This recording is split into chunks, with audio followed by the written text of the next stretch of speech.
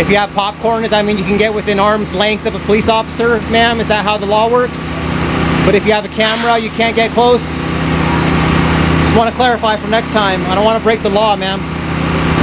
Call her Popcorn Myers. That's your name.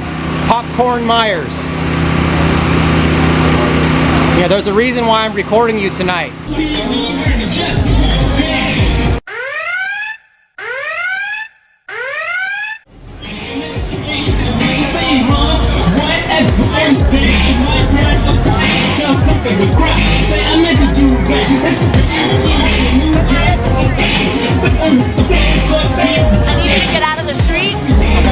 What's your name real quick? Officer Myers. 6181.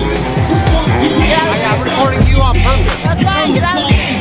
I'm recording you specifically on purpose. What I fucking tell you, I told you, I fucking told you. Look at this, you know what's funny? Her sergeant gave us permission to be there. Oh, really? That fucking sergeant. Well, I'm gonna keep walking by. I'm gonna keep walking back and forth.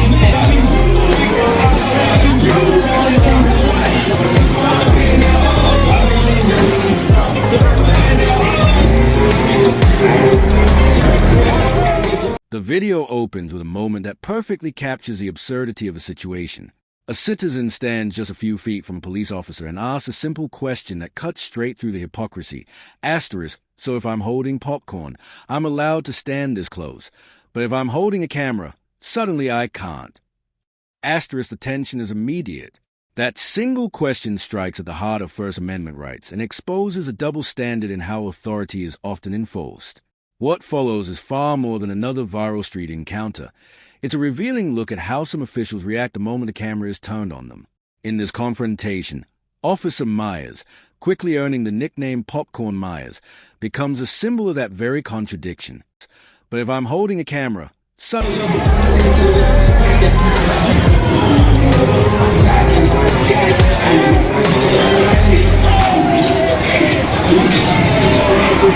Let's say we're standing like between the cop cars.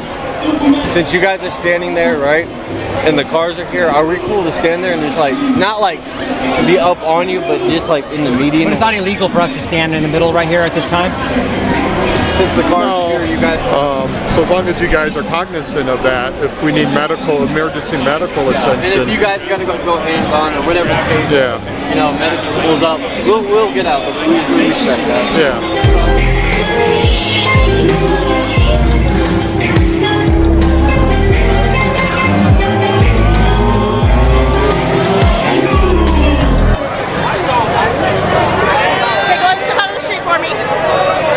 What's your name again? I already told you, get out of the street. Is that a lawful order? Yep. It is? Get out of the street. You're a pedestrian in a roadway. It's a lawful order? Pedestrian in a roadway. I need you to get out of the street. What would be the crime, though? Do so now or you will be arrested. I just talked get out to of the street. your sergeant just told me I can be here. Why do you think I'm back? Yeah. We just had a conversation with the sergeant. He said we can stand here. Okay, I'm going to double check. Yeah, go ahead. As the camera keeps rolling, the citizen remains calm, respectful, and firmly within his rights. Officer Myers repeatedly orders him out of the street, expecting immediate compliance as though the command alone makes it lawful. But authority isn't measured by volume or confidence. It must be backed by the law. Instead of backing down, the citizen calmly reminds her that personal discomfort is not a criminal offense and that wearing a badge does not override constitutional protections. It's not an act of defiance, it's an act of accountability. As bystanders look on, Officer Myers' composure begins to crack, and the footage captures something far more revealing than a heated exchange. It records a moment transparency challenges unchecked authority. Man, this lady is a bitch. Go get that conversation. I told her as long as they stay out of our way. He's not. He's totally in my way. Just stay out of her way, that's all I'm not in her way. You're in my personal bubble, though. Okay, and it makes me uncomfortable. I have weapons on me that are within hands reach. You're escalating and you're raising your voice. You've been aggressive since the beginning. Back away from me. Is it illegal? I'm not. Is there a crime scene? I'm not interfering with anything. No, but you are in my area. I need you to back away. You're within hands. Because you gave me a lawful. What's the law? You're within hands reach of my weapons, and I need you to back up. like about a year ago. Like I said, a year ago, she used my government name, said where I work, and she knew what she was doing because she knows I post my interactions on YouTube. Simple as that. And I do need her business card now because I will be filing a complaint. Nothing for you. If I can just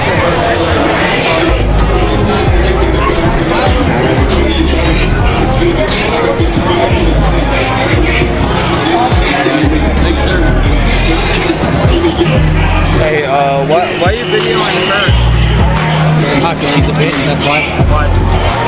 Oh, 'cause she...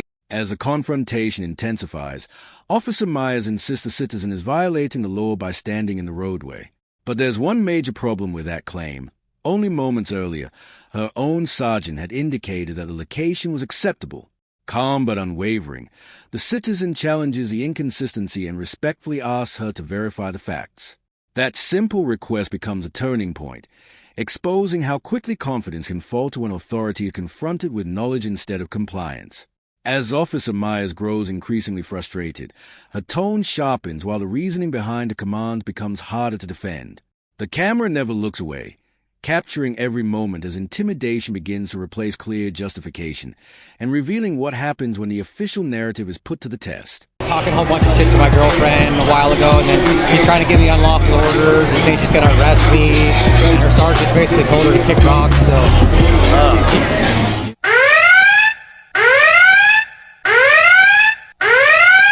You're within hands reach of my weapons, and I need you to back up. I know. Yeah. Hey Myers, how come that guy was allowed to stand right next to you? I thought you couldn't have anyone next to your gun like that. Remember what you told me? It's just me because I got a camera, or what? And because you're so rude to my girlfriend last time you talked to her?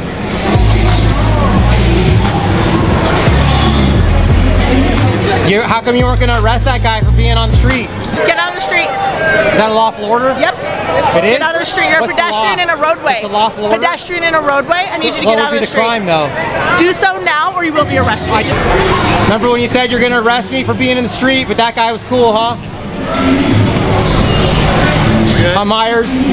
I think you got pretty girl syndrome, Myers. As the encounter continues, Officer Myers argues that the citizen is standing too close, claiming if proximity creates a safety concern because she is carrying law enforcement equipment. The exchange shifts from a discussion about legal boundaries to one about perceived personal safety. Remaining calm and composed, the citizen responds that he is acting peacefully and that the situation is escalating because of the officer's reaction, not his conduct.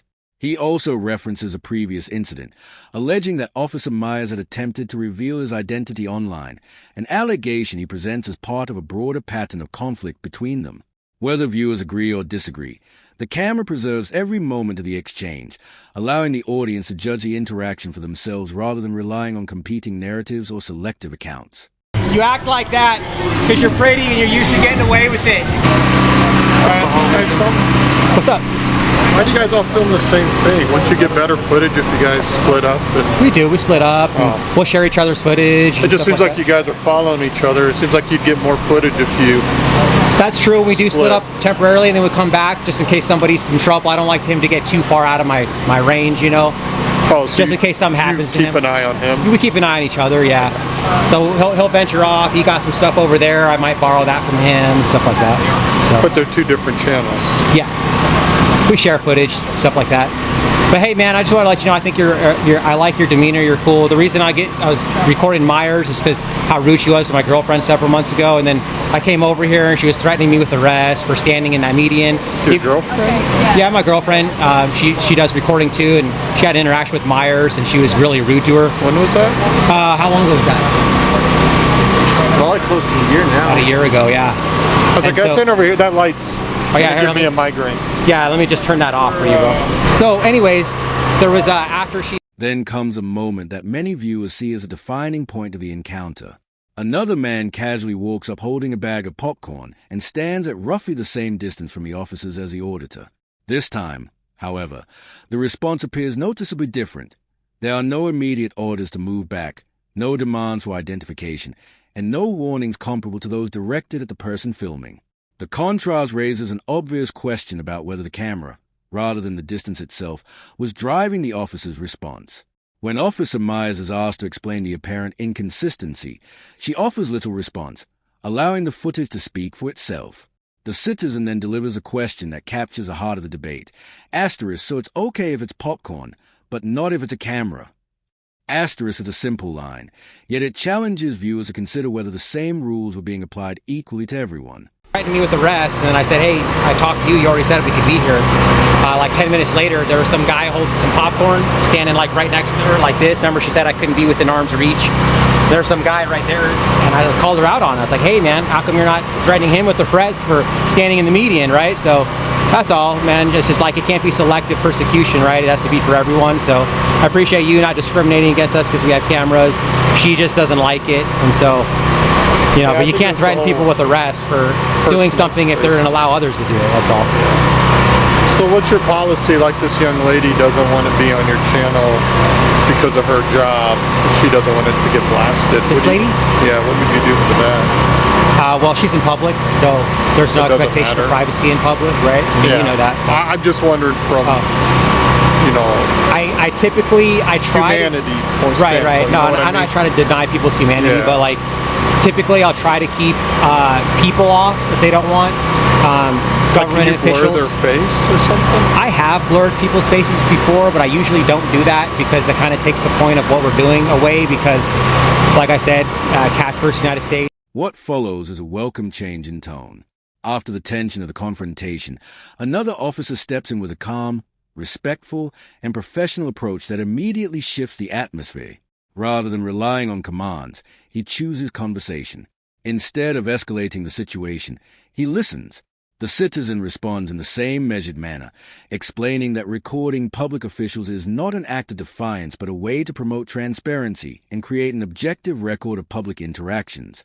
The exchange demonstrates how accountability is most effective when dialogue replaces confrontation and mutual respect takes priority over conflict. The officer acknowledges the value of clear communication, and the conversation serves as a reminder that professionalism and respect can often resolve situations more effectively than forceful demands. For many viewers, it offers a positive example of how constructive interactions between police and the public can build trust rather than deepen division. Public interactions. The exchange demonstrates how accountability... I mean, you know what we're doing, so that's the whole point. And like, I don't go out of my way to record citizens. If I'm recording her, it's actually for her safety. I mean, you guys seem pretty decent, so I don't feel like you guys are going to be doing anything crazy, but that's what we do. We're just here to protect them. So yeah, and I understand, you know, filming us, and obviously I have no problem with that. I'm just wondering, when you have a citizen that says, you know what, man, I understand I'm in public, but I don't want to be on your channel, do you guys normally say okay? Or if somebody says, hey, I don't want to be recorded and we're just in public, I'll keep them off. But if they try to like start a conversation with me, then I'm recording because I document every interaction I have. So if I don't mind keeping them off if they don't want it, but a lot of times people come up, like walk up to me and say, hey, I don't want to be recorded.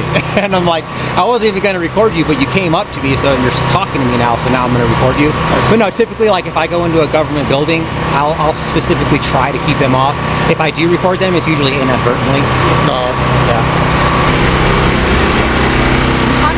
Hey sir, you get pulled over tonight. Can I see your license and registration? I smell alcohol coming from the vehicle. What begins as a tense confrontation gradually grows into a broader discussion about constitutional rights, public accountability, and the responsibilities that come with both. Remaining calm throughout, the citizen explains a legal foundation for recording in public spaces, noting that courts have long recognized that people generally have no reasonable expectation of privacy in public areas, and that recording public officials performing their duties is widely protected under the First Amendment, subject to reasonable time, place, and manner restrictions. His purpose, he says, is not to provoke or embarrass anyone, but to create an accurate record that promotes transparency and protects everyone involved. Every moment captured on camera becomes part of an objective account that can clarify facts rather than fuel speculation. As the conversation continues, one officer appears to recognize the value of documentation and open dialogue. The encounter ultimately illustrates how knowledge, respectful communication, and a commitment to constitutional principles can shape public interactions more effectively than confrontation alone. Yeah. Is that an open container right there, sir? You got any weapons in the vehicle? Yep. Yeah? Do you have a valid driver's license? Okay, driver's license, proof of insurance, registration, please. The emergency brake's on, bud. I don't know where it's at. It's down here. You see it right there? Oh, All right. you're here. So that shows the signs of intoxication. Okay, so I'm gonna have you step out of the vehicle here shortly.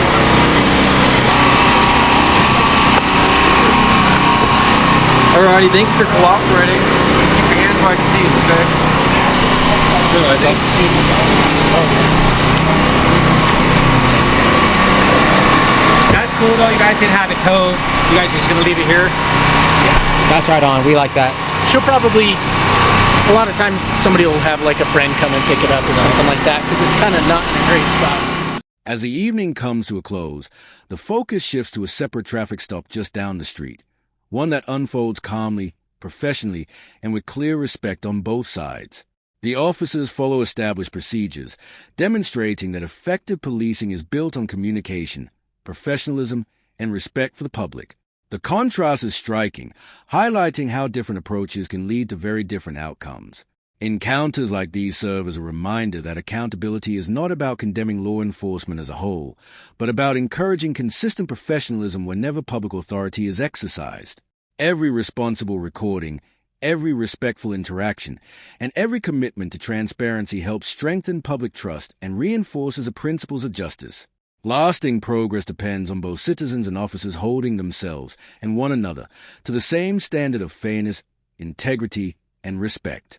So remember, know your rights, record responsibly where the law allows, remain respectful, and never let intimidation replace informed civic engagement. Until next time, stay aware, stay informed, and keep your